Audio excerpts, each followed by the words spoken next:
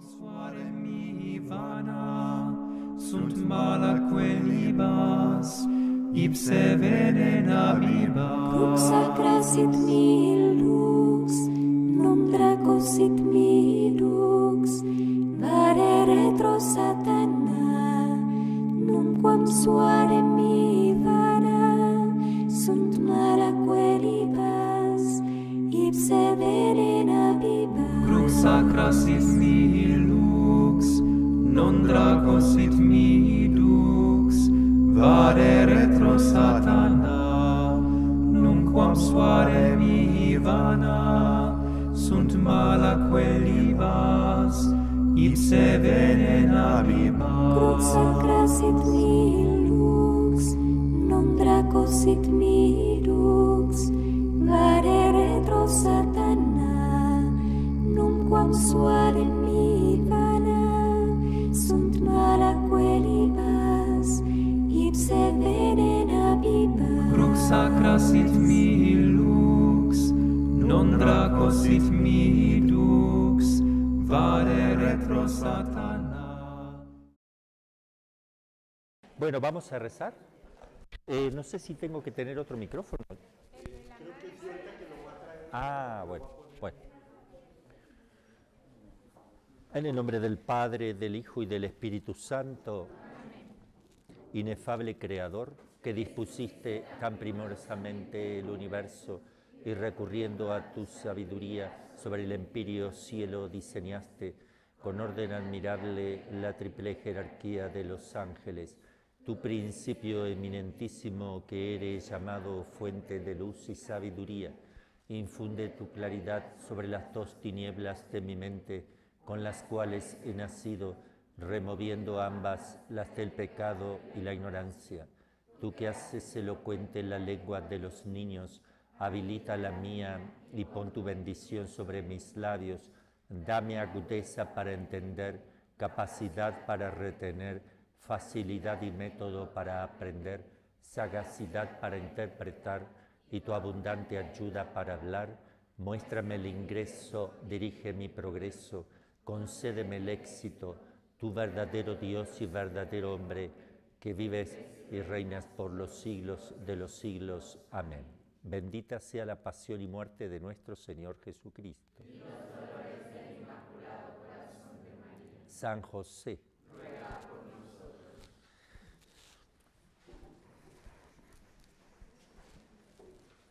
¿Estamos listos para comenzar? Bien, entonces estábamos viendo un poco la historia. Es importante ver la historia, sobre todo de la pastoral de exorcismo, sobre todo lo que son los primeros siglos. Digamos que está allí toda la fuerza de la doctrina pura. Y es importante sobre todo analizar la vida de Jesús, cómo es que él operaba, cómo obraba. Entonces vamos a ir viendo esto. Habíamos empezado, voy a retomar en la vida de Cristo y de los apóstoles también. Habíamos nombrado pasajes de la Sagrada Escritura.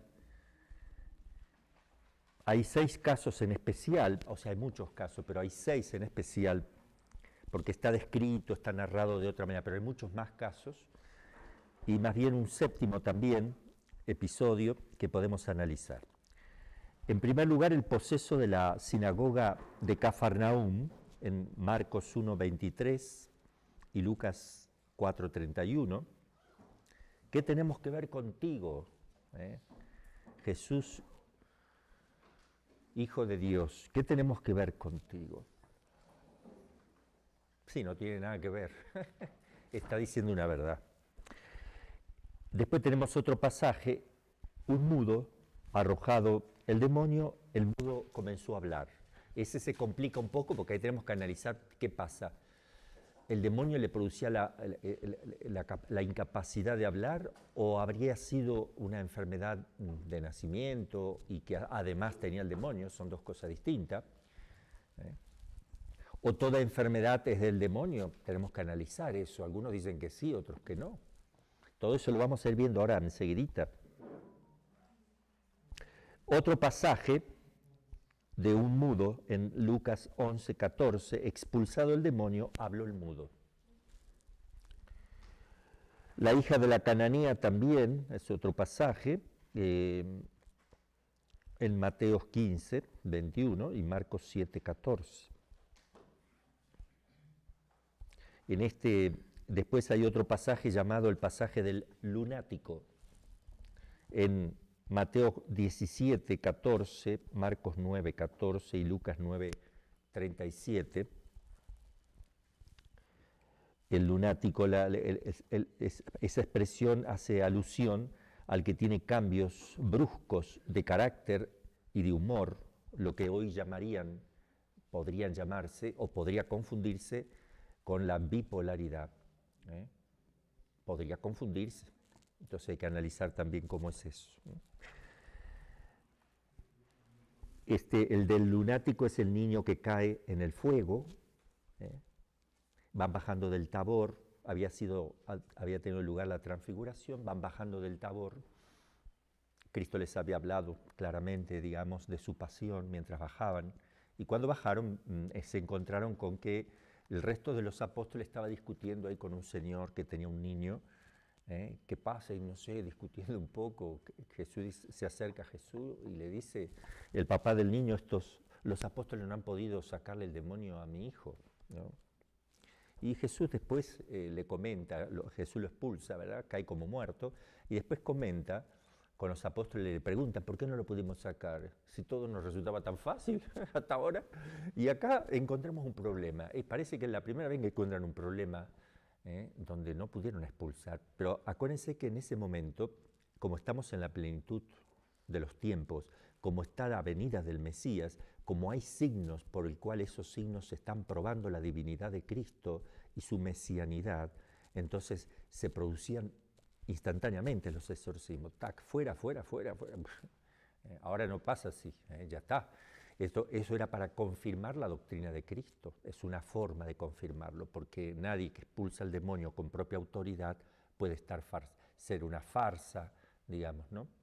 O puede falsificar su mesianidad. Entonces, pero acá los apóstoles, Jesús les permitió, a ver, ¿qué pasa? Saquen, a ver, ¿qué pasa? Entonces, cierta clase de demonios, atención, se necesita oración y penitencia. Eso se lo va diciendo más bien a las generaciones futuras. No vayan a pensar que todo es tan fácil. A mí me resulta fácil, no hay ningún problema, pero ustedes tendrán que tener fe, hacer ayuno, penitencia, sacrificio, ¿verdad? Yo estaré con ustedes, les ayudaré, pero no es tan fácil. Ya lo vamos a ver que no es tan fácil como en la época de Cristo. Porque hoy día muchos exorcistas nuevos creen que uno hace uno y ya está, se tuvo que haber ido. No es así. No necesariamente, porque sí podría suceder. Yo he tenido casos que en una sola vez ya no, pero eran casos donde no lleva tanto tiempo. Empezó el problema hace un mes, le hicieron un maleficio un mes, entonces el demonio está ahí, está débil, no está bien arraigado, no está ahí bien aferrado todavía. Entonces es más fácil y la persona se arrepiente de corazón, se dan todas las condiciones para que se vaya, se fue inmediatamente. Pero otros no, y otros siguen, y otros hasta la muerte tendrán que estar así, porque a veces el Señor permite eso para la purificación de la persona o para salvar almas, para muchos motivos, ¿verdad? Como tenemos casos de algunos santos como Santa María de Jesús crucificado, que murió posesa. Santa Gema estuvo posesa también, le duró como una semanita y media por ahí, donde su director espiritual, el padre Cristian, creo que es, ¿no? No, ¿cómo era? El director espiritual de Santa Gema, ¿se acuerdan? Pero es beato ahora. Yo no me acuerdo. Cristian, me parece. No me acuerdo. Ya la vejez me va traicionando. Bueno, después tenemos la expulsión del demonio en el país de los Gerasenos, donde hay 2 endemoniados enfurecidos en los sepulcros que le tienen miedo porque agreden muy fuertemente, se golpeaban con piedras, o sea, muy fuertes los casos estos. Cristo expulsa al demonio y le pide a uno de ellos poder seguirle. El Señor dice, no, ve a tus familiares, a los tuyos y da testimonio allí. Es tu apostolado, pero no te estoy llamando para ser apóstol, pero sí para que prediques y des testimonio. La mujer encorvada, tenía un espíritu de enfermedad hacía 18 años.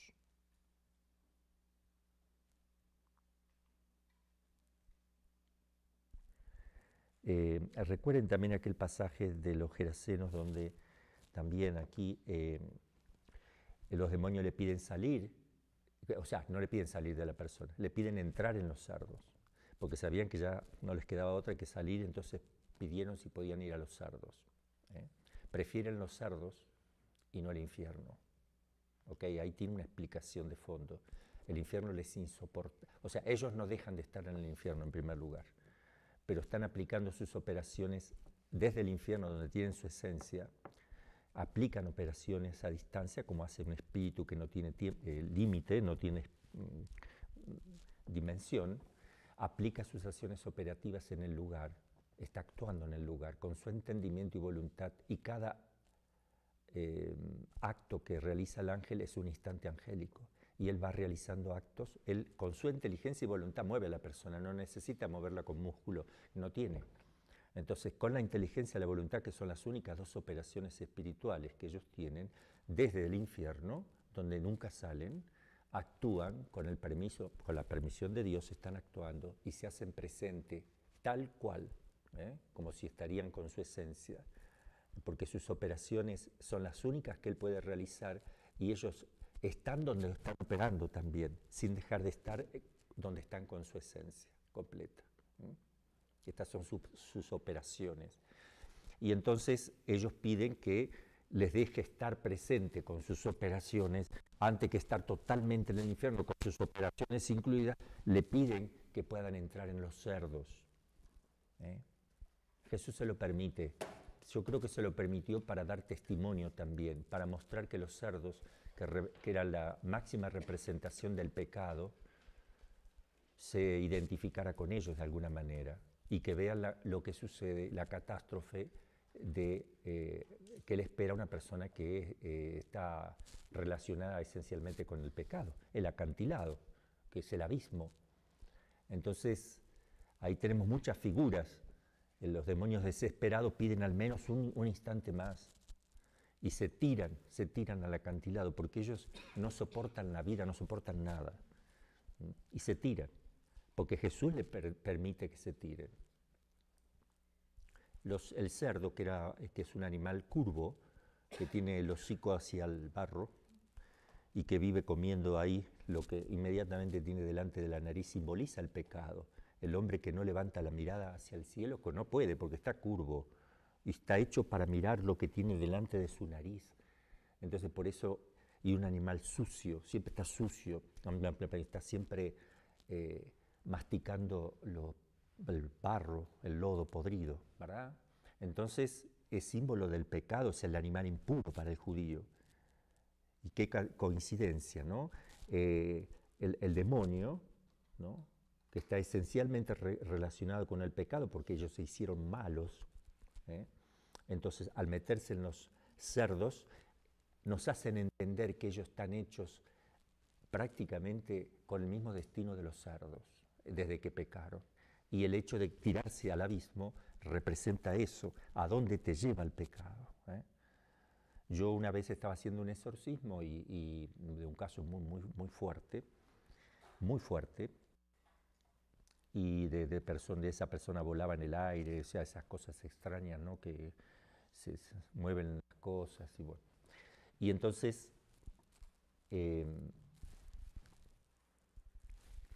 estaba haciendo el exorcismo, la chica estaba de 24 años, estaba en la cama sostenida por varios sacerdotes y mucha gente que estaba ahí, estaba lleno el lugar porque el demonio gritaba como un lobo, pero fuerte, como perros así, aullando, y aullaban todos los perros de la zona, eran como las 12 de la noche, ese día.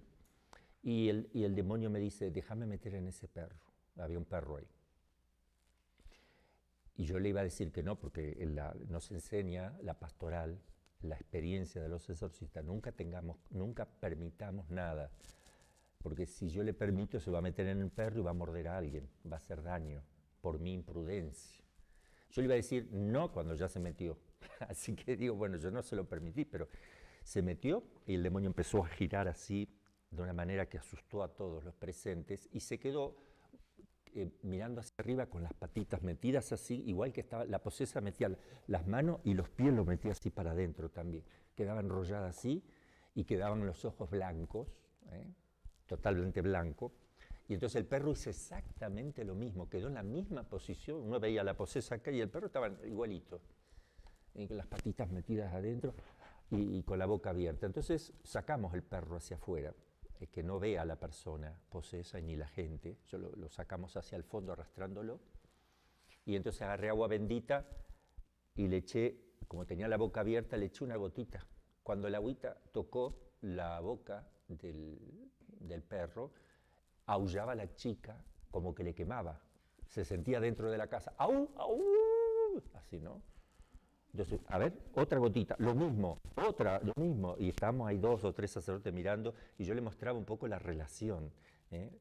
Y es imposible que nos esté viendo porque está a la pared, está dentro de una casa donde dimos toda una vuelta y nos fuimos para el fondo. Y quedó muerto, después el perro quedó muerto, lo quemamos, el perro de la casa era, ¿no? Lo quemamos, le prendimos fuego y lo tapamos. A los 3 días veníamos con el vicario general de la diócesis y venía la mamá, no, la suegra de la chica y otra persona más, se creó otro sacerdote más, y frenan de golpe justo llegando a la casa porque el perro está ahí adelante y no los deja pasar, el mismo perro. Guante se llamaba el perro, Guante. Entonces la señora dice, es mi perro, a ver, Guante. Y furioso, sí, hasta que fue retrocediendo, y cuando se metieron con la camioneta en la casa, miraron, ya no estaba más el perro. Les resultó extraño. Bueno, son esas cosas que uno dice, esto pasará alguna vez cada tanto, pero a nosotros nos ha pasado. Damos testimonio todo lo que estábamos ahí. Pero bueno, eso también para que vean que sí puede suceder, no muy frecuente, esto, porque este caso es muy grande que tuve, del cual yo fui a comentar con el padre Amort estos casos, porque viajé 2 veces a hablar, nos duró 1 año el caso este, y dijo, esto es un caso grosso, un pece grosso. A mí nunca me tocó, dice, un caso así de esta naturaleza. Y bueno, ustedes, dice, empezaron con la universidad porque fue mi primer caso. Yo estuve 3 años con el padre Amort, pero cuando fui a la Argentina, me llamó el obispo, ¿tuviste con el padre Amort? Anda a agarrar este caso. Bueno, tremendo. Volaba en el aire, sacaba... Ya les iré contando cosas y tal vez pueda mostrar, porque ya falleció ella y todo, y podemos llegar a mostrar alguna foto cuando ella quedó crucificada, porque cuando quedó liberada quedó crucificada, fue el signo de la liberación y se le aparecieron los estigmas, la pasión de Jesús, sudaba sangre. Entonces tengo unas fotos, no de la posesión, porque no me gusta mostrar eso, pero sí de algún fenómeno místico que ya está en juicio de la Iglesia y ha sido aprobado el santuario que pidió la Virgen a través de ella, ya fue aprobado y ya está el santuario. Esto también le da fundamento sólido a la cuestión. Sí.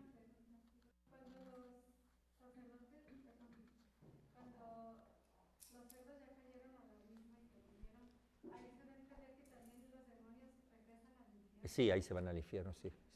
¿Podrías repetir la pregunta? Preguntó la madre si cuando los cerdos cayeron y murieron, si los demonios quedaron ahí o se volvieron al infierno, y le digo que sí, se fueron al infierno hasta que encuentran otro para devorar, hasta que tengan permiso para ir a seguir molestando. En principio tienen ese permiso, a no ser que el Señor diga no, pero tienen ese permiso hasta la segunda venida, hasta el juicio final, después ya se le termina el tiempo al demonio, ¿no es cierto? Bueno, entonces vamos a ir viendo, voy a ir leyendo algunas cositas, las voy a ir explicando. Es evidente que en tiempo de Jesús se creía en la posesión diabólica de ciertos hombres y que el mismo Jesús no se opuso a esta creencia, sino que la compartió con sus contemporáneos. Enseñaba a Jesús con eso y les da el poder a los apóstoles de ir a hacer lo mismo. 3 cosas ha pedido Cristo. Tendríamos que analizar si nosotros cumplimos las 3 peticiones claras expresas de nuestro Señor. Predicad el Evangelio a todas las naciones, expulsad demonios, curad enfermos. Son los 3 mandatos expresos a los apóstoles. 3 mandatos expresos que si nosotros fuéramos obedientes, tal vez el mundo no estaría como está ahora, que muchas veces preferimos interpretar las cosas de otra manera cuando en el pasado se interpretaba correctamente. Entonces vamos cambiando la interpretación y eso puede crear un problema, porque nos va a alejar de los mandatos claros y expresos de nuestro Señor. Los evangelistas distinguen muy bien entre posesión y enfermedad. Jesús, obviamente, que los apóstoles también lo distinguen bien. Así, por ejemplo, en la curación de los ciegos,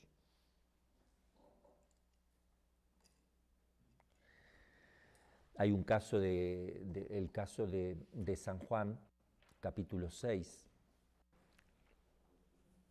capítulo 5, donde aparece el ciego de capítulo 9, donde aparece el ciego de nacimiento. Le preguntan los apóstoles, Señor, ¿quién pecó? ¿Él o sus papás para que naciera así?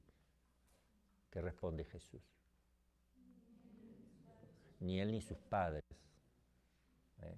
O sea, eso es muy claro. O sea, no es que pecaste y por eso te quedas ciego, te quedas sordo. Son consecuencias del pecado original, en general. Y Dios tiene previsto en su providencia a quién le permite que nazca sordo. De eso está en la providencia de Dios, porque le sabe muy bien que llevando eso se salvará, sabe muy bien que eso es lo mejor para él. Todos tenemos que llevar las consecuencias del pecado original desde el momento que suena el despertador a la mañana, así que no nos hagamos problemas. Todos tenemos problemas para vivir bien, porque estamos signados por el pecado original y necesitamos de la gracia y de los auxilios de Dios. En el caso también de los leprosos, de la hemorroísa, que también estaba encorvada, estaba con sangrado permanente hacía muchos años, pero a causa de un demonio. Entonces hay cierta enfermedad que la puede estar causando el demonio como vejación, pero ya no es un caso natural, preternatural, pero no natural. Entonces, por más que vaya al médico la hemorroísa, el médico le va a dar lo que quiera y no va a sanar nunca, como le pasó aquí, que estaba años sin sanarse. Y podría seguir así, porque no es causa natural. Parece, pero no lo es. Porque dice claramente el texto evangélico que estaba a causa del demonio, estaba así.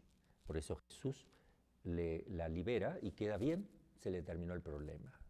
Entonces hay casos donde una enfermedad puede estar perfectamente identificada y con los síntomas perfectamente claros, pero no de origen natural. Yo he tenido casos de mudas, no muda de ropa, de mudos, en este caso una chica, y ciega después. En primer lugar me llamaron, tenía 16 años esta chica, vive, por eso no le digo el nombre, esta chica. Decían que tenía epilepsia los médicos, ¿verdad? Entonces los papás vinieron a verme, vinieron los papás solos a decirme que la hija tenía epilepsia, que se caía al piso y qué sé yo, y hacía cosas extrañas. Y yo le pregunté, a ver, ¿cómo es eso? En primer lugar, ¿tenías lesión cerebral? ¿Hicieron tomografía? No. Porque tienen que hacer una tomografía para ver si no hay lesión cerebral, no hay epilepsia. Es muy simple. No lo hicimos. ¿Y cómo son las convulsiones? ¿Por qué dicen que es epilepsia? Porque ella cae al suelo y se pone furiosa y empieza a increpar y habla en lenguas, en otras lenguas y hay que hacer fuerza. Eso no es una epilepsia, amigo. El médico sabe, usted le dijeron eso, pero el médico no sabe. ¿Por qué? ¿Por qué no sabe? Porque como él no tiene en mente que la persona tiene un alma, no tiene en mente que existe otra persona que puede hacerle daño, que puede tomar posesión de su cuerpo, él no tiene idea. Entonces, ¿qué va a decir si dicen que se cayó al piso y empieza a gritar? Todo eso dice, bueno, esto lo deben estar exagerando. Epilepsia. Y le dan para la epilepsia su medicación y no le hace efecto. Le digo, ¿le hace efecto la medicación para la epilepsia? No. ¿Para qué se la dan? No sabemos qué hacer. Bueno, si no hace efecto algo, no lo tomes. O sea, si hace efecto es epilepsia. Si no hace efecto, no lo es. Mire usted, ya está. Primero, no es epilepsia porque no es el efecto de una epilepsia. Segundo, le dan el medicamento y no le produce efecto. Segunda cosa para tener en cuenta. Tercero, no tenía lesión cerebral. O no le estudiaron o no saben si tenía lesión cerebral. Entonces fui a verla y cuando la fui a ver, el demonio ni bien me vio, quiso simular una epilepsia. Así que se fue al suelo, ¿no? Empezó así, le digo, mírame. Me miró, bestia, ya empezó a decirme de todo, se le terminó la epilepsia. Al otro día, desesperado, padre, no habla. Y la tuve una semana hasta que yo pude ir sin hablar, muda. Entonces fui, le hice una oración con el aceitito bendito, le hice un exorcismo y empezó a hablar, obviamente. Milagro, decía el papá, y no es milagro. Es que el demonio dejó de molestar nada más. O sea, es una cosa que estaba haciendo el demonio, no es que no quedó muda, la mantenían muda. Y después, un poquito más adelante, ciega, no veía nada. Nada, con los ojos abiertos. Estuvo así varios días hasta que pude ir de vuelta, le hice la oración, ya veía de vuelta. Y en fin, he tenido muchos casos raros también con este caso, muchas cuestiones muy extrañas. A esta le salió una aguja de tejer por la cabeza. Así la aguja es larga. Y fue saliendo y levantándose la piel cuando salía. Y gritando, ¡ah! Y los papás todos desesperados, ¿no? No es que esté saliendo de adentro, es una simulación que hace el demonio, se está materializando. Porque no puede entrar eso en la cabeza, obviamente. A ver, démelo, lo metí en una bolsa. ¿Qué más sacó? Sacó dinero por la boca, poquito, de poco valor, si no la podemos usar para hacer beneficencias. Sacó azufre, resortes, clavos, fue a orinar y salió gritando porque fue a orinar y orinó garrapatas vivas. Y en el inodoro se veían cómo andaban las garrapatas ahí. Es imposible que en la vejiga humana haya garrapatas. Es imposible, es una cosa totalmente disparatada. Pues vimos las garrapatas ahí tratando de salvarse del líquido, que se iban muriendo, obviamente, ahí. Pero el demonio las hace aparecer ahí y hace la sensación de que están saliendo y uno ve que salen. Y otras cosas más, una vez, bueno, después ya llegará el momento en que les hablaré de otras cosas que han pasado acá con esta chica, que gracias a Dios quedó liberada después de mucho tiempo y mucho esfuerzo. No vayan a pensar que es fácil. Y vamos a ver por qué a veces no funciona, a veces vamos a ver cómo hay que hacer para que funcione la liberación de una persona. Porque a veces la finalidad que tiene eso es la conversión de la misma persona que padece eso. Otras veces no es esa la finalidad principal y pueden cambiar mucho las reglas de juego, porque Dios puede permitir que una persona pase por eso, como Santa María de Jesús crucificado hasta la muerte, porque con eso salva muchísimas almas y es un instrumento de santificación. Entonces, por eso es que no es decir, yo soy exorcista, te saco todo exorcismo, quedan liberados. No siempre quedan liberados. Entonces, hay otros planes de Dios, hay distintos planes de Dios, que lo vamos a ir viendo también para que el exorcista no se desanime. Y hay que aprender a detectar cuando el caso va a ser de mucho tiempo. Uno se puede dar cuenta, vamos a ir mostrando, ojalá. Si no me acuerdo yo, me preguntan, pero tenemos que ir viendo, a ver, ¿cómo sabe uno que esto va a durar mucho? ¿Cómo sabe que esto más bien piensa uno que puede ser algo que no viene por culpa de la persona, sino que es algo que Dios está permitiendo para la conversión de los pecadores o por alguna otra gracia? Sí.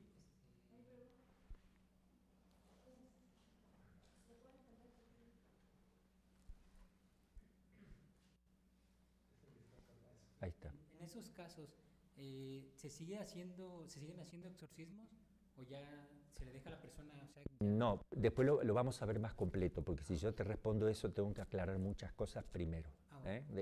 Tengo que ir despacito, por eso estamos viendo la historia primero, vamos a tratar de ir muy despacio, para entender más que podamos. Sí es importante distinguir esto. Yo llevo más de 30 años, pero me baso en la experiencia del padre Cándido, que fue el que está introducida la causa y fue el director espiritual, del padre Amos, ¿verdad? Que a su vez el padre Amos recibe todo el padre Cándido y toda su experiencia, y la experiencia de buenos exorcistas italianos y franceses, más que nada, muy buenos que hubo en ese tiempo, del cual también el padre Amos ha aprendido mucho. En fin, entonces lo que uno aprende es bueno darlo a conocer para que uno no tenga que estar 30 años para poder entender algo mejor. Entonces por eso tratamos de poner lo que tenemos al alcance. Otros tendrán mejores experiencias, otros tendrán más sabiduría, otros tendrán más conocimiento. Yo doy lo que tengo y lo que puedo dar para tratar de aportar una idea más.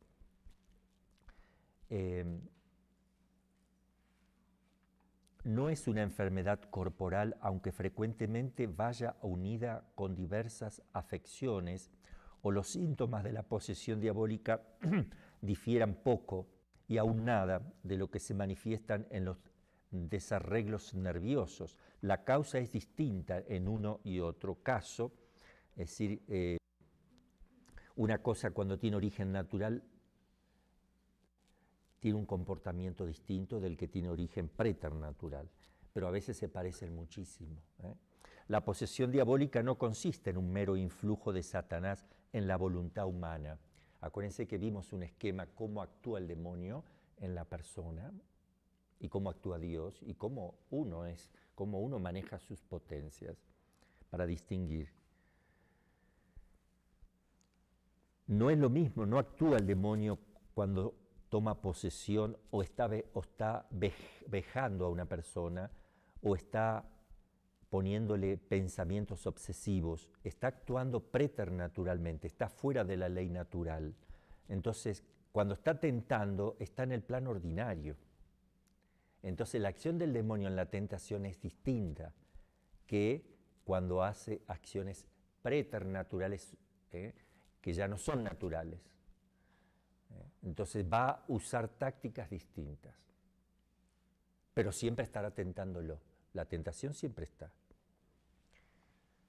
Entonces llega a la tentación también a través de la memoria, de la imaginación. A través también la tentación puede venir por movimientos del apetito sensitivo, no la voluntad. No puede el demonio mover la voluntad. Intenta mover, y eso lo puede hacer despóticamente, el apetito sensitivo, las pasiones, las puede mover directamente. Puede poner él, por ejemplo, sensación de desgano tremendo en la oración. Uno ya se da cuenta que eso no es natural, ordinario, es algo más fuerte. No puedo rezar, ya no puedo, me da asco. Repugnancia a la oración o repugnancia de ir a comulgar, cosas que uno dice, esto no es lo ordinario, esto está saliendo del parámetro. Entonces actúa de forma distinta. Y repito, él puede poner sensaciones también y a veces puede poner puede actuar sobre la sensibilidad sin ser un acto aún preternatural, porque la tentación no es solamente ideas, son movimientos. No solamente hace que te vayas hacia un recuerdo para hacerte daño, te lleva hacia un recuerdo, sino que te puede poner una imagen, pero además te puede mover sensiblemente. Eso está en su campo. Él no puede tocar las potencias espirituales, entendimiento y voluntad, pero puede tocar la sensibilidad, sentidos externos, internos, todas las pasiones, sentimientos. Entonces hay que tener mucho cuidado. Él pone división, por ejemplo, cuando está actuando preternaturalmente en un poseso. Digo poseso, pero digo en alguien que tenga influencia. Puede ser posesión, vejación o obsesión. ¿Qué es lo primero que va a hacer? Dividir la familia donde él vive. Crear división dentro. Eso es lo primero. Romper la unidad familiar. El papá empieza a discutir con la mamá, el chico también, los hermanos se pelean, están tensionados, están nerviosos. Todo eso lo puede manejar el demonio. Puede hacer que el poseso se sienta enojado, siente un enojo contra su papá. Eso lo puede poner directamente el demonio, enojo, así, porque eso está en la sensibilidad, eso está en las pasiones, la parte sensitiva del ser humano. Entonces uno se tiene que dar cuenta, este enojo no es mío, sobre todo en los que tienen influencia diabólica. Esto no es mío. Entonces, estate atento, hay que enseñarle a las personas cómo tienen que detectarlo y cómo tienen que combatirlo. También hay que avisarle a los familiares, tengan cuidado, porque muchas veces va a estar enojado fuera de lo común, va a tener reacciones en contra, les va a querer dividir la familia. No hagan caso, recen nada más y tengan paciencia, porque si ustedes siguen la corriente, explota todo. Pues el demonio quiere que se prendan. Él tira el anzuelo para que que el papá se enoje contra el chico, o la mamá, o discutan los papás porque el papá fue muy duro. ¿Por qué fue duro? Porque el chico fue duro con el papá, pero se mete la mamá y se discuten papá y mamá y qué sé yo qué. Ahora no vamos a misa y tampoco rezamos, queda solito el chico. Ahí aparece el demonio con más, viene a reírse y dar carcajadas y está en su salsa. ¿Por qué? Porque está dominando la situación. La domina la situación, se ríe, se burla. No hay discernimiento de parte de quienes están ahí y puede hacer cosas feas, digamos, ¿no? Por eso es que hay que ilustrar, hay que hacer conocer a los papás, amigos, familiares, cómo comportarse en casa con un caso de esto cuando se descompone, cuando lo ataca el demonio. Porque no es que siempre que lo ataca tienen que llevarlo al sacerdote, no. Yo los primeros años me dedicaba día y noche, hasta la noche, no sé qué hora. Había cola de gente, mucho trabajo. Me enfermé de tanto trabajo. Tuve 5 años sin parar, prácticamente hasta que me di cuenta de muchas cosas. Una, la imprudencia. Uno cree que es caridad y es imprudencia a veces, cuando no tiene medida las cosas. A ver, el demonio hace que si cada vez que el demonio molesta a una persona, los familiares se lo llevan al padre, sean las 2 de la mañana, sean las 4, ¿el demonio qué va a hacer? Él quiere que el padre se canse, se enferme, que deje de molestarle. Y como el padre no deja de molestarle, se enoja. Entonces, cada rato, padre, a casa lo traemos, pero hace media hora, sí, es que no sabemos qué hacer y se nos escapó. Y es un desastre. Porque quiere cansar al sacerdote, quiere que se termine, que el padre diga, bueno, arréglense como puedan, yo ya no puedo, ¿me entienden? Entonces hay que enseñarles, se descomponen, ya ustedes vengan y miren cómo hacemos nosotros, los sostienen y se ponen a rezar, hasta que se vaya. Y lo lamento, hagan turno, busquen gente de la parroquia, que se turnen y vayan cuidando hasta que se vaya el demonio. Pero no me lo lleven, vamos a programar una cita, esté bien o esté mal, porque a veces pasa que, como llega el momento, cada 15 días supongamos, ese día o esos 2 días últimos, se siente bien, ay, ¿para qué lo vamos a llevar si se está sintiendo bien? Entonces no lo llevan, pero al día siguiente se sintió mal. Padre, no, ya no tengo turno, bueno, el próximo 15 días. Todas esas cosas hay que tener cuidado. Entonces hay que decirle, esté bien o esté mal, cuando llega la fecha me lo tienen que traer. No importa que esté bien, que esté mal, como esté, me lo traen, como puedan. Ya vamos a ir hablando así de cosas muy prácticas también, pero bueno, vamos a seguir aquí esto que son los principios.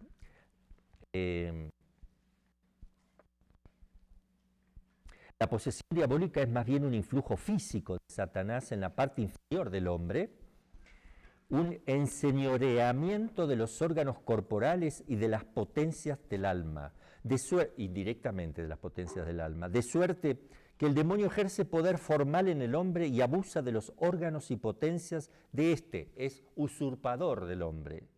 En el cuerpo del hombre se introduce otro yo, que no es él, Gollum, Sméagol, algo así,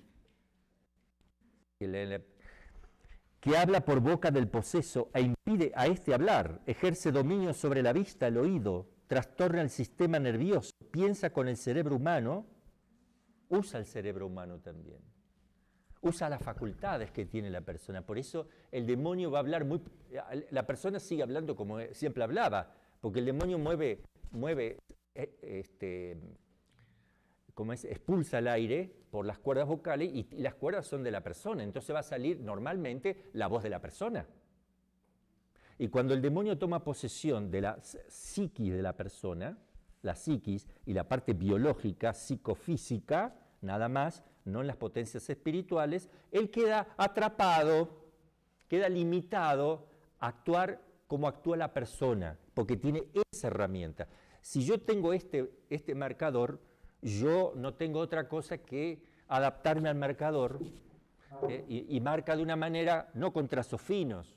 Entonces, ¿yo qué tengo que decir? Yo no puedo escribir, me sale mal con supongamos que sea un pincel así, no puedo, hago lo que puedo. Y si yo tuviera otro mejor, agarro el mejor. Pero entonces el demonio, cuando toma posesión de la persona, que no está haciendo de alma de la persona, está usurpando, es un espíritu que usurpa las potencias sensitivas. Y entonces queda atrapado en esa psicología y en esa biología de la persona.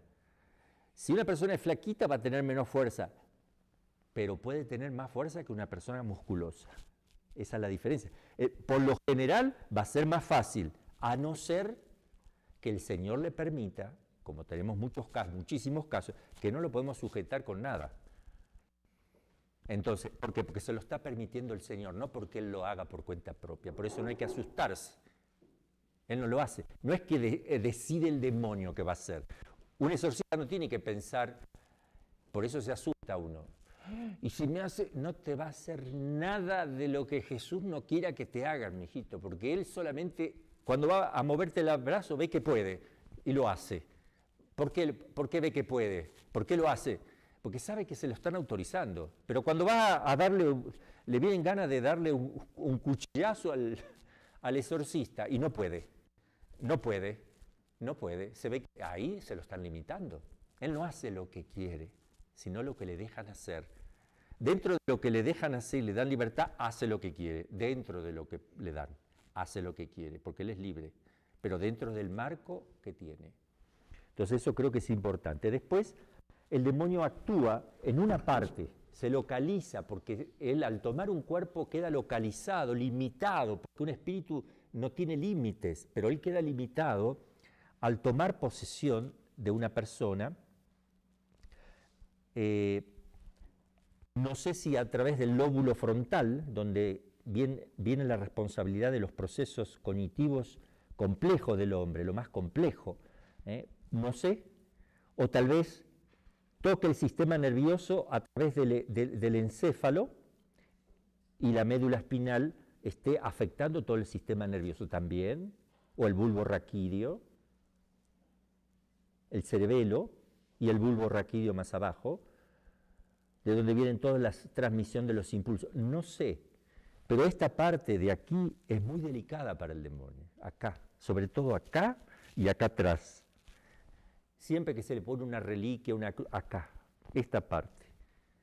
Y después también suele molestar en la boca del estómago, porque sobre todo molesta en la boca del estómago cuando hay, por lo general, porque también puede haber excepción, porque está acá el centro del sistema nervioso, acá afecta todo, toda la parte nerviosa afecta por eso uno está mal del estómago cuando está muy tenso, muy nervioso, ¿ves? Afecta acá.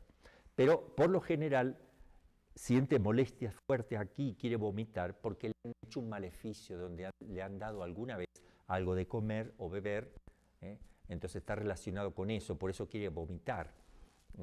Y aunque no vomite nada, solo baba, es bueno eso, porque no necesita vomitar algo porque no tiene nada dentro. Lo tuvo en su momento, pues ya no lo tiene. Pero a veces puede vomitar lo que tuvo antes, no porque esté ahora, sino porque lo hace aparecer. Entonces puede vomitar algo que le dieron, un sapo que ha salido por un caso que hemos tenido, un sapo muerto, todo lleno de baba, es una cosa fea, o puede salir un gusano, o puede salir baba, o puede salir simplemente vómito, y la persona dice, yo no comí esto, yo no comí nada ayer y hoy tampoco, y estas cosas verdes así, o sea, no son de la persona, o puede ser de la persona, eso varía mucho, pero provocado por el demonio. Entonces, el demonio tiene que localizarse en algún lado.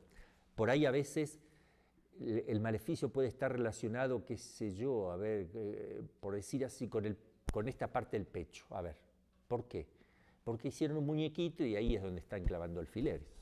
Entonces, es ahí donde el demonio ataca, porque le están dando poder para atacar ahí. ¿Quién? Un hombre libre.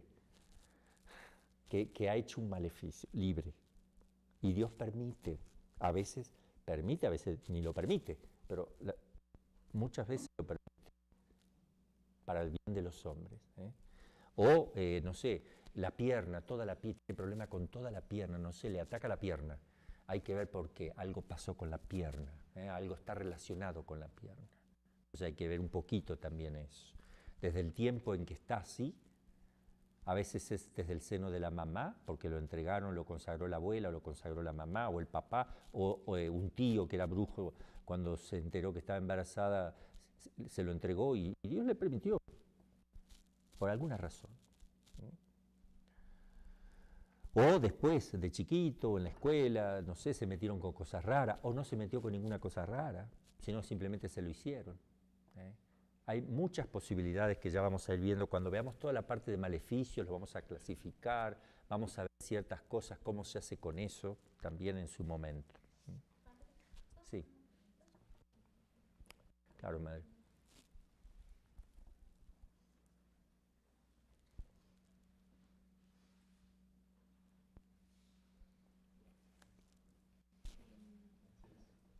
¿Cómo se distingue, yendo un poquito atrás, cómo se distingue cuando es una posesión o un problema de un trastorno de personalidad múltiple? Bueno, yo todavía no llegué a la parte de enfermedades psiquiátricas, anomalías psicológicas, posesión diabólica, vejación y obsesión. Cuando llegue a esa parte voy a hacer la distinción. Primero vamos a hablar de los síntomas de algunas enfermedades psiquiátricas que pueden confundirse, no todas, pero algunas que son las más comunes que pueden confundirse con una posesión. Luego vamos a hablar de alguna anomalía psicológica que también puede, como qué sé yo, la histeria, que podría llegar a imitar perfectamente un demonio, que al exorcista, por más experimentado que esté, si lo están engañando, lo engañan. O sea, no es tan fácil a veces distinguir. También vamos a ver cómo es la posesión, cuáles son los síntomas, de qué se diferencia, cómo puedo yo saber si tiene esquizofrenia, si tiene trastorno obsesivo compulsivo, si tiene una paranoia esquizofrénica, o si tiene epilepsia convulsiva o larvada, o, bueno, o bipolaridad también. Y ya se va, casi que estamos diciendo lo único que se puede llegar a confundir.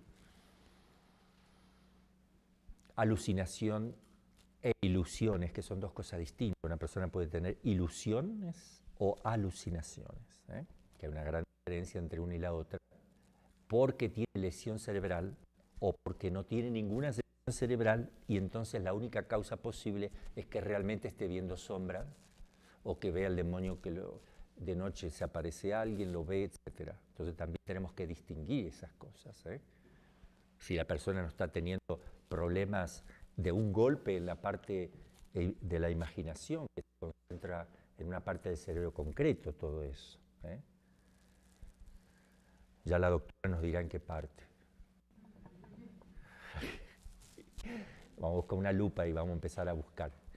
No, podemos traer una vez una foto del cerebro y localizando, por ejemplo, el centro de la memoria, y eso te puede ayudar, pero ya más o menos, no estamos dando clases de biología, ¿verdad? Pero creo que todos sabemos más o menos que eso tiene su centro en el cerebro y que puede alterarse con un golpe. Se puede perder la memoria parcial o totalmente. Con un golpe o sin ningún golpe, si uno nació ya con algún problemita, pueden aparecer, puede ver cosas que en realidad no es el demonio, sino que se lo imagina la persona y no hay nada real afuera. Eso se llama alucinación. O la ilusión es distinta. Tiene fundamento afuera, pero se equivoca en la interpretación. Como cuando uno ve un espejo de agua en el desierto. ¡Agua! Y era un reflejo del sol en la arena. Se equivoca, sí. El objeto está afuera, sí, está afuera, pero no era lo que yo veía. Entonces puede ser alucinación o ilusiones. La alucinación no tiene objeto externo real para nada. Es todo acá. Esa es la gran diferencia. Bueno, cierto que solo con el consentimiento de Dios puede el demonio ejercer tal violencia en el hombre. Pero el consentimiento divino es tan posible como lo es en general la permisión del mal. Así como Dios permite el mal. Porque uno dice, ¿por qué no le frena la mano al que va a robar un banco? ¿Por qué no se la paraliza? ¿Por qué si una persona le quiere clavar un cuchillo al otro se lo puede hacer? ¿Por qué alguien va y dispara a niños en un colegio para matarlos y no se frena la bala en el aire? O no le traba el gatillo. O no hace que se caiga la persona. Porque somos libres. ¿Ok? Hay límites. Cuando el Señor ve, porque tu ángel de la guarda actúa también. Tal vez en algún momento alguien te quería robar y ni te enteraste, porque el Señor por un problema hizo que se fuera por otro lado. Ni te enteraste. Claro que Él interviene muchísimo a través del ángel de la guarda, pero permite el mal. Entonces también al demonio le permite el mal, pero lo limita. Porque dice San Agustín que si Dios le diera al demonio poder total de lo que él puede hacer, aniquila a la humanidad en instantes, la aniquila toda la humanidad, porque es un espíritu. Entonces, partiendo de eso, quédate tranquilo. Claro que te puede hacer, te puede aniquilar en 2 segundos, pero como no depende de él y solamente él puede hacer lo que Dios le permite, estamos tranquilos. No tenemos que tener miedo. Cuando tú dudas que te puede hacer algo más allá y falta tu confianza, algo te va a hacer. Entonces un exorcista no puede exorcizar o hacer oración de liberación si tiene miedo, si no tiene confianza en Dios. No puede. Directamente encárgate a dedicarte a otra cosa. Dedicate a tener primero confianza, porque la tienes que tener sí o sí, porque la confianza y el abandono en Dios son virtudes fundamentales para la salvación eterna.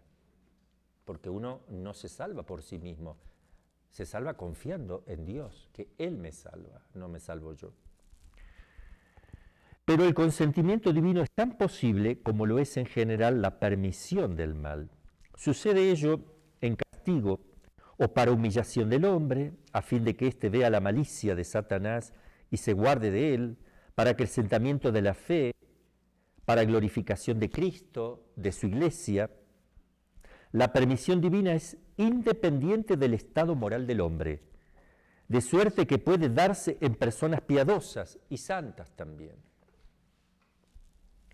Más suele el hombre con el pecado, el hombre suele preparar más todavía el camino, eso sí. Abrir la puerta al demonio o contribuir con el libre albedrío a la malicia del demonio. Tales estados demoníacos van siempre acompañados de grandes peligros espirituales, mas también aquí es cierto que Dios no permite que el hombre sea tentado sobre sus fuerzas y que cuanto mayores son los combates y los peligros, tanto mayores gracias concede y tanto mayor premio reserva al que se esfuerza y vence. El Salvador transmitió a la Iglesia el poder de lanzar los demonios. Es su esposa la Iglesia. Y ésta lo ejerce mediante los exorcistas, los exorcismos o conjuros. El exorcista es el obispo de cada diócesis. Por el hecho de ser obispo, la Iglesia determina, ya lo determina, lo puede sacar también si quiere, pero lo estableció así, que el hecho de nombrar a alguien obispo le está dando la potestad de ser exorcista y le da la potestad de delegarlo también si él lo cree conveniente. Entonces el obispo puede delegarlo. No se preocupe que muy fácilmente lo va a delegar, sobre todo en estos días donde es muy fácil, es muy difícil encontrar obispos que hagan exorcismos, es muy difícil. Claro, tienen mucho que hacer, está bien, están ocupados, tienen que hacer otras cosas, ¿verdad? Entonces, si ven que no pueden, tienen que delegar a alguien, tienen que nombrar un exorcista oficial. De hecho, pide la Iglesia que tenga uno nombrado por si no puede él, o por si no estuviera él. Tiene que haber uno nombrado en cada diócesis, obligatorio es eso, lo pide el código, que haya un exorcista oficial, al menos uno. Padre, Sí. una pregunta, es que hubo un caso en Colombia de un obispo que no nombra exorcista y tampoco hace exorcismo. Pues él dice que él es exorcista, pero no ha tenido ningún caso y prohíbe a los sacerdotes hacer liberación. En este caso, pues hay muchas personas que se han ido donde brujos a que le hagan liberación, inclusive un caso de un familiar que tuvieron que llevarlo, un familiar lejano, que me contaron que lo llevaron a una iglesia protestante y el pastor evangélico le hizo el exorcismo y quedó bien la persona. Entonces la pregunta es si los pastores protestantes pueden hacer exorcismos y si son eficaces. Podría suceder que haya una eficacia dependiendo de la situación. Si ese pastor está de buena fe, en su fe, si es una persona buena, si quien tiene que hacerle el exorcismo no se lo está haciendo, Dios no se va a atar las manos. Hace maravilla con quien quiere. Pero siempre es con algún pastor de buena voluntad. No va a usar uno de estas sectas así que anda buscando dinero. No, eso no. Pero en algún caso puede suceder, claro, sí, yo creo que sí, y lo decía el Padre Amor también. Ahora, si un obispo dice, yo no tengo ningún caso, nunca me llega nada, el Papa Francisco está hablando de la iglesia en salida. O sea, ¿has salido a pescar? Si tú no sales a pescar, no vas a sacar ningún pez, mijito. El pez no viene solito donde tú estás. Si tú te preocuparas, si tú hicieras una pastoral para que la gente, porque está lleno de gente con problemas, al menos vejaciones, obsesiones, posesiones menos, pero no vayan a creer menos en el sentido de que la vas a encontrar uno en millones, como dicen algunos, no es así. Ese que dice así es porque nunca tiene caso. ¿Por qué no tiene caso? Porque no se dedica a eso. Pero yo estando en la Argentina, cuando se corrió, yo tenía 12 sacerdotes ayudándome. Impresionante. Y de eso venían muy seguido posesiones, muy seguido. ¿Por qué? Porque vienen de otros países, de lugares donde ni siquiera los van a atender, no saben qué hacer. Y creen que viniendo con un viaje larguísimo, al menos una sola vez queden listos, pero no queda listo, a veces no, tienen que seguir viniendo. Entonces también hay que aclarar eso. Por eso es que es importante, no vas a sacar peces si no te pones a pescar. No vas a tener casos que vengan, porque son gente desesperada, gente que va a los curanderos porque nadie se preocupa de ellos. Pon un cartel, avisa en la diócesis que si hay una persona que tenga algún síntoma, que atiéndalo igual, aunque sea un loco, aunque sea una persona que miente, lo que sea. A ver, ven adelante mío, ¿qué te pasa? Y ve a un psiquiatra porque creo que puede ser esquizofrenia. Va al psiquiatra y efectivamente le dan medicación y funciona bien la medicación. Se está sintiendo bien. Bueno, era esquizofrenia, pero ven que yo te hago una pastoral. A ver, ¿vas a misa? No. ¿Te confiesas? No. Vamos a hacer una confesión general. Te voy a preparar de toda tu vida. Y trae a tu papá, a tu mamá, tus hermanos.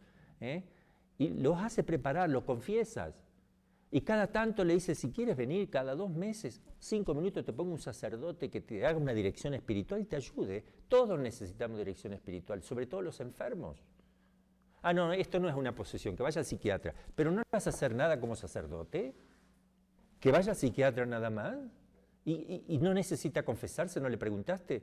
No, estos son todos locos. No, mijito, tú no sabes lo que estás haciendo. Eso no es ser pastor, sino lobo. Entonces el pastor cuida a las ovejas, se preocupa de ellas, le da de comer. Entonces, sea cual sea el caso que viene, hay que atender y escuchar enteramente. Hay que pedir ayuda de profesionales si se necesita, pero no mires para otro lado porque es rara la persona que viene. Y por ahí le tienes miedo porque puede ser posesión o puede ser que estés re loco. Ayúdalos. Pon una pastoral para personas con problemas psiquiátricos, pero también que sepa distinguir psiquiatría, psicología y posesión diabólica. Ojalá los exorcistas tuvieran conocimiento en estos 3 campos, porque sí es importante. Porque si no le dicen, a ver que lo vea el psiquiatra, y el psiquiatra le dice cualquier cosa, él se lo cree. O si no, lo manda al psiquiatra para ver si el psiquiatra le dice que está poseso, a ver, quiero que vea si está poseso o no. Eso es del sacerdote, mijito. No es del psiquiatra. El psiquiatra puede decir si tiene o no esquizofrenia, pero no te va a decir está poseso o no. Por favor. Si no tiene ni idea. Y aparte, si tiene idea, no tiene la gracia. Entonces, yo puedo tener un psiquiatra colaborador que vea tú analiza a esta persona y ves si entra dentro de un cuadro de enfermedad o anomalía psiquiátrica, veme si puedes encontrar el resultado. No encuentro, no me cabe dentro de uno de los esquemas que los psiquiatras tenemos. No es ni esto, tiene algo de esto, pero no es. Tiene algo de esto, pero no es. Entonces, si es honesto, dirán, no entra dentro de ningún cuadro. Si es un soberbio que quiere decir que todo lo sabe para seguir teniendo cliente, porque llega a decir que no lo sabe, no va a llenar nadie más, entonces va a decir, va a probar. Yo creo que, pensará él, creo que puede ser esquizofrenia, aunque no me cierra mucho, y le da la medicación. Venga dentro de 3 meses y me dice cómo funcionó. Viene y dice, sigo igual, vamos a mejorar un poquito la medicación. En realidad se la está cambiando, porque está probando. Vamos a dar algo mejorcito. Y no le dice el diagnóstico, cosa no se puede hacer jamás. Sin que te digan un diagnóstico no te pueden medicar, porque está probando. Si él llegó a decir que es esquizofrenia y después no lo era, ¿qué hace? No era esquizofrenia, no dice nada, solo te medica para la esquizofrenia. Si le preguntan y le insisten, el médico va a decir, bueno, yo creo que podría haber algo acá, tendríamos que esperar un poquito qué le hace la medicación. Tratan de no decir el diagnóstico. Y eso tampoco se puede hacer porque es un psicofármaco. Entonces, viene a los 3 meses y dice, no, esto entonces tienen que encuadrar dentro de lo que es una histeria, tal vez bipolaridad, o bueno, tal vez paranoia, que bueno, casi la medicación casi es la misma, pero difiere un poco. Vamos a probar acá, nada. Bueno, él no va a decir vaya a otro psiquiatra, porque para él eso es una derrota tremenda en su campo científico y son muy soberbios. Va a decir, bueno, vamos a... La persona tiene que decir, adiós, mijito, me voy a otro psiquiatra.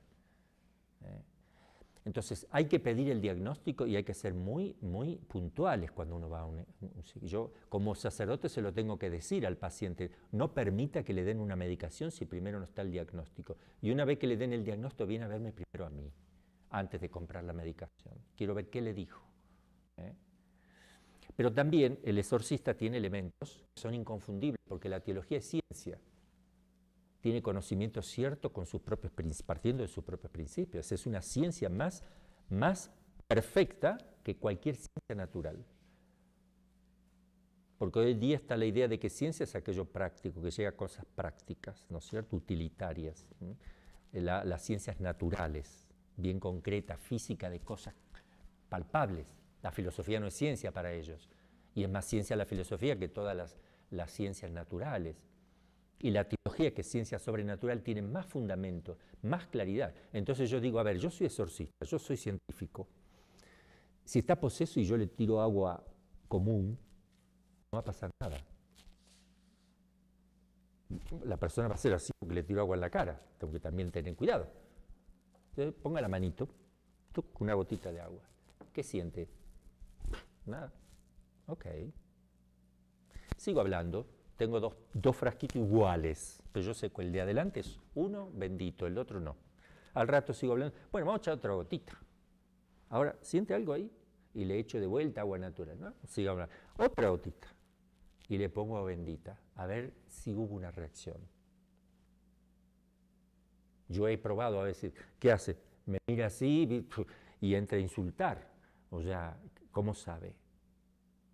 Entonces, esos son modos también que puede tener uno. Yo lo usaba mucho antes, ya ahora no, porque ya uno se acostumbra a mirar y ya con el tiempo mira y ya está.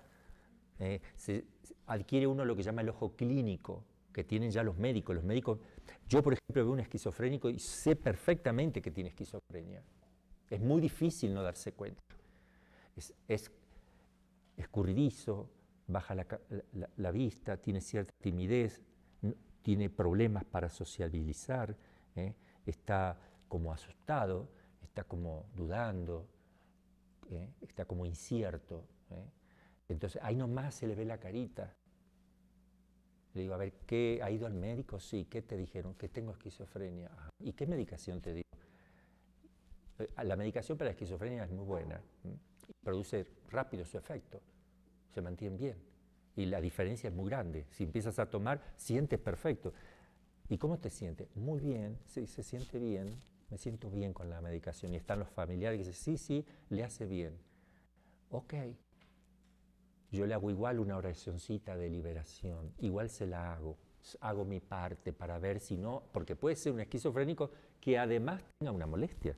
Yo le hago igual, veo que no hay nada, le digo, bueno, vamos a hacer un plan de vida espiritual, lo tuyo es esquizofrenia, pero hay que saber llevar con amor, cuánto hace que no te confiesas, y ahí, confesión general, una buena preparación, hacerle un plan de vida espiritual, decirle que cada tanto se dé una vueltita a ver cómo está para hacerle otra oracioncita, ¿me entienden? Entonces eso es una manera también de acompañar a las personas.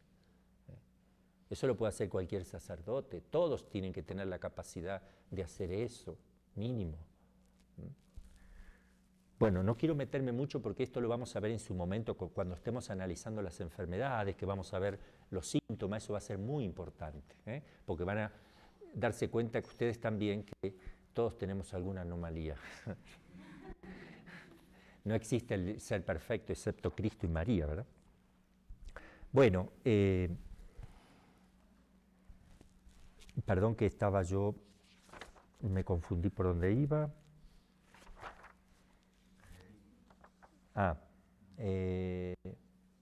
Sí, el Salvador transmitió a la Iglesia el poder de lanzar los demonios y ésta lo ejerce mediante los exorcismos o conjuros. La multitud de endemoniados en tiempo de Jesús y en su alrededor se explica por la crisis en que necesariamente se encontraba el reino infernal con la venida del Salvador y de su reino.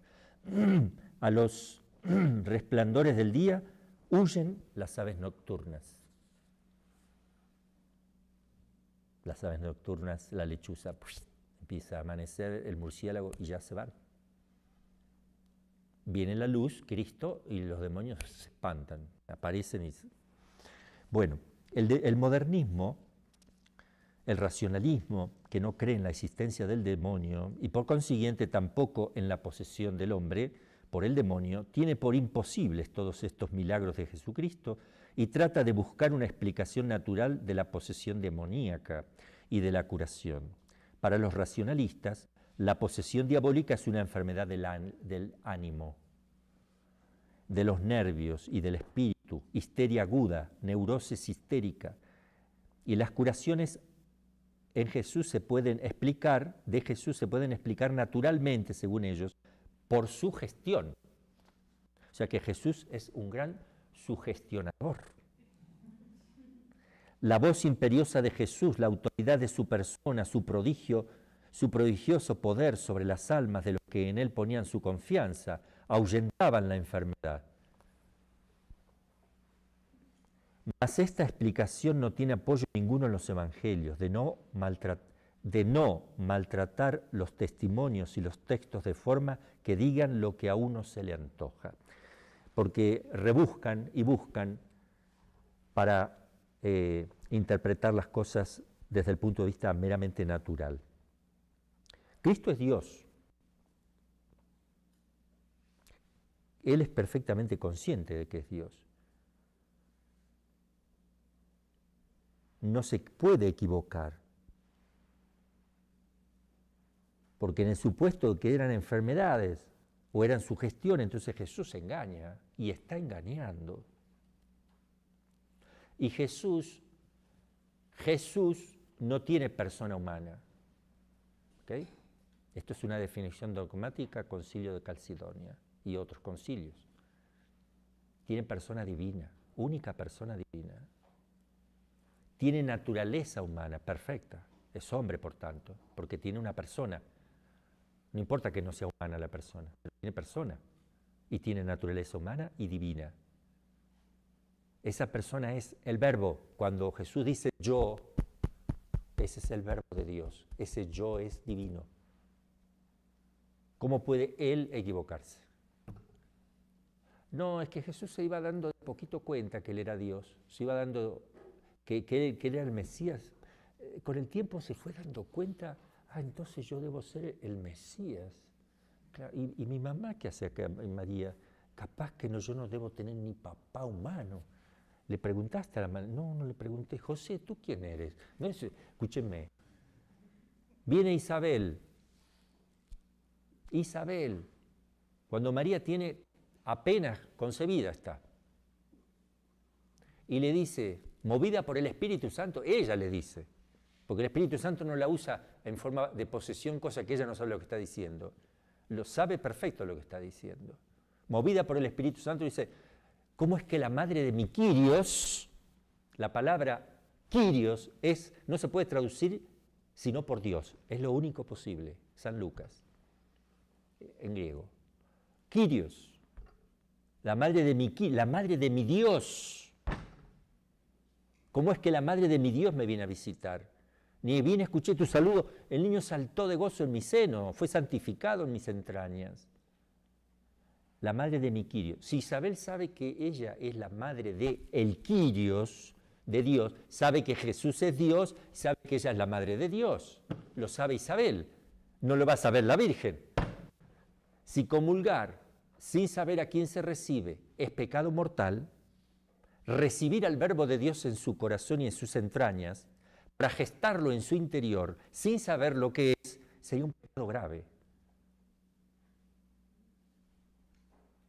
Dios no violenta a las personas, Dios no engaña a las personas. Una madre tiene que saber bien qué tiene en sus entrañas. Y ella no es la Virgen, Dios mío. Isabel sabe más que la Virgen entonces, ella sabe perfecto. Ella sabe que no ha tenido relación con un varón y sabe que hay un bebé. Sabe que ese bebé está en ella y lo está gestando porque ve que se va creciendo y se le da cada tanto una patadita o una caricia de cariño. Sabe que es de ella, pero sabe que no es de ella también. ¿Y quién es? Entonces este es hombre y es Dios. Y sabía que su yo era divino, porque cuando Ninito le miraba, ¿quién miraba ahí?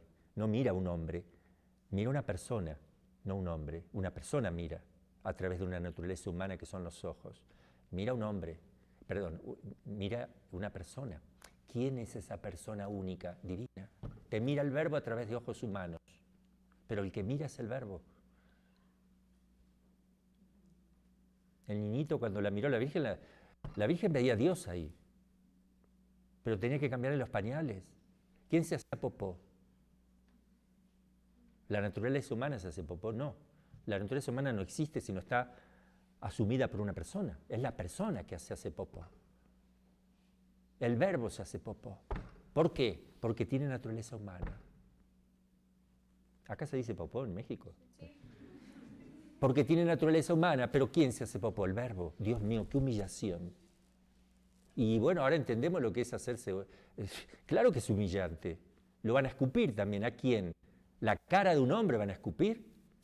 La cara de un hombre sí, pero escupen a la persona, escupen. Al Verbo escupen, porque tiene cara y rostro humano para ser escupido. Por eso le llega al Verbo la escupida. No le queda en la cara del hombre. Le queda en la cara del yo. Porque si no, yo podría decir, yo no robé mi mano. No, la persona roba, no la mano. ¿Ok? ¿Quién se hace popó? ¿Los intestinos? La persona se hace popó. ¿Quién llora? La persona. ¿Quién tiene hambre? La persona. No tiene hambre la pancita. Esto es muy importante porque hay una crisis de fe en la cristología tremenda y no amarán jamás a Cristo porque no lo conocen. Ni en los conventos, muchas veces, ni en algunos seminarios, o muchos, no lo conocen. No pueden amarlo. ¿Quién va a dar la vida por un hombre? Por el Verbo que se hizo carne, sí. Por Dios lo hago. Es una visión protestante que se mete en la Iglesia Católica. Pero hasta los protestantes, muchos de ellos, creen en la divinidad de Cristo. Entra la mentalidad protestante aguada, sincretista, esa llega a meterse. Porque todos somos muy inteligentes para dar teología, somos sabios, sabemos todo, los teólogos saben todo. Como se basan en la razón, todo lo que no es comprensible para su pequeña cabecita lo niegan o lo tergiversan. no se someten al misterio, no se arrodillan ante el misterio, no besan el suelo ante el misterio. Yo para decir la verdad me tengo que humillar porque no tengo que decir nada mío. El que dice la verdad ni le tienen que decir gracias, porque lo único que hace es un conducto que transmite nada más. En cambio, el erudito es el yo soy el que lo dice. Esta teoría es mía, yo soy. Aplaudan. Entonces, todo eso hay que... Mire si va a hacer exorcismo uno de estos teólogos que andan negando la divinidad de Cristo, o que Cristo no se daba cuenta, era un inútil, pobre hombre. A los 12 años le dio una lección a todos los doctores de la ley. Y para decirle a todos los doctores de la ley que estaban sobrecogidos de la sabiduría de un niño imposible. ¿De dónde sale este niño? Venían los papás allá. ¿De dónde sale? ¡Ay, viene tu papá! ¿Cómo debe saber tu papá? Si este sabe cómo le han enseñado. Porque esto no es posible. Ahí viene la mamá también. Y, hijo, ¿por qué nos has hecho esto? Tu padre y yo te buscamos. Tu padre y yo te buscamos. ¿Cómo? ¿Por qué me buscaban? ¿No saben que debo ocuparme de las cosas de mi padre? Y todos escuchan. Dijo, tu padre y yo te buscamos. ¿Por qué me buscan? Le dice a José y a María. Yo debo ocuparme de las cosas de mi padre. Entonces no es el padre. San José y María roja ante los doctores, como diciendo, ¿y el padre? Entonces, la mujer del Génesis, que aparece la mujer con el bebé en sus entrañas, y no hay hombre ahí. ¡Wow! Y Isaías dice, una virgen concibe y da luz. Virgen. A ver, ¿qué está pasando acá? Jesús no le contesta a la Virgen y a José, le contesta a los doctores, que ya se estaban planteando si no era el Mesías, porque esto no lo puede hacer un niño, y si no será el Hijo de Dios Padre, el Hijo del Hombre que tenemos acá delante. Y le contestó indirectamente a todos, cuando dijo, debo ocuparme de las cosas. No fue un regaño a la mamá. Eso me molesta tanto. Regañó a su mamá y por su falta de confianza. Por favor. Está dando luz a todos los doctores. Ellos no comprendieron, María y José, por qué le dijo eso. Claro, ¿qué van a comprender? Porque no se lo estaban diciendo a ellos, se lo estaban diciendo a los doctores. Y cuando iban volviendo, seguramente María, ¿por qué has dicho eso? Mamá, no te lo dije a ti, obviamente, se lo dije a ellos. Y él hace así, ¿se acuerdan cuando va a resucitar a Lázaro? Padre, te doy gracias porque me has escuchado, yo sé que siempre me escuchas. Y no pasaba nada, porque todavía seguía ahí adentro. No lo digo por mí, lo digo por estos que me están escuchando, para que crean. ¿Ven? Él habla por los otros. Acá habló por los doctores. Y muchas veces decía cosas para los otros. Por ejemplo, a veces dijo en la última cena, dijo, cuando Pedro dijo, nunca me lavarás los pies. Si no te lavo, Pedro, los pies, no tendrás parte conmigo. Además, el que está bañado no necesita Señor, si fuera así, báñame todo. No, Pedro. Solo los pies, porque el que se ha bañado no necesita bañarse de vuelta, porque ustedes están limpios, aunque no todos. A Judas que estaba por ahí, porque él se lo estaba diciendo a Pedro, pero hablaba para Judas. Entonces también lo hizo muchas veces a eso Jesús. Por eso no entendemos que Jesús le haya respondido, porque uno cree que se lo respondió a la Virgen y a José.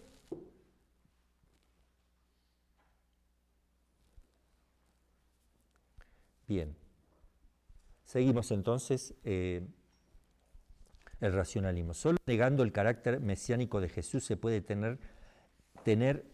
solo negando el carácter mesiánico de Jesús se puede tener la posesión diabólica por una neurosis histérica o cosa análoga, porque en tal supuesto Jesús se habría equivocado, o bien se habría acomodado a las ideas, imagínense, acomodarse a un error, a las ideas religiosas erróneas, en forma equivalente a una mentira. Dirige la palabra a los demonios, les increpa y los lanza fuera. no aparece la agitación del comediante, sino la santa seriedad del Hijo de Dios, del más fuerte, que viene sobre el fuerte, a derrotarlo. Además, Jesús mismo nos da testimonio de que lanza a los demonios por virtud del Espíritu Santo. Bueno, la próxima vez les voy a dar, muy cortito, vamos a hablar de Cristología. En 20 minutos les voy a hacer la distinción de la naturaleza humana divina, la persona de Cristo, las ciencias que tuvo Cristo, ciencia de visión beatífica, la ciencia adquirida, la ciencia infusa, todo, porque si no, no vamos a entender a nuestro Maestro, a nuestro Señor, a nuestro Esposo, y no vamos a entender nada del exorcismo, ni vamos a entender nada del demonio, porque tenemos un concepto totalmente equivocado de Cristo. ¿Qué voy a poder hacer si no conozco ni siquiera lo más esencial que es a Cristo? Bien, vamos a dejar acá, hacemos la oración.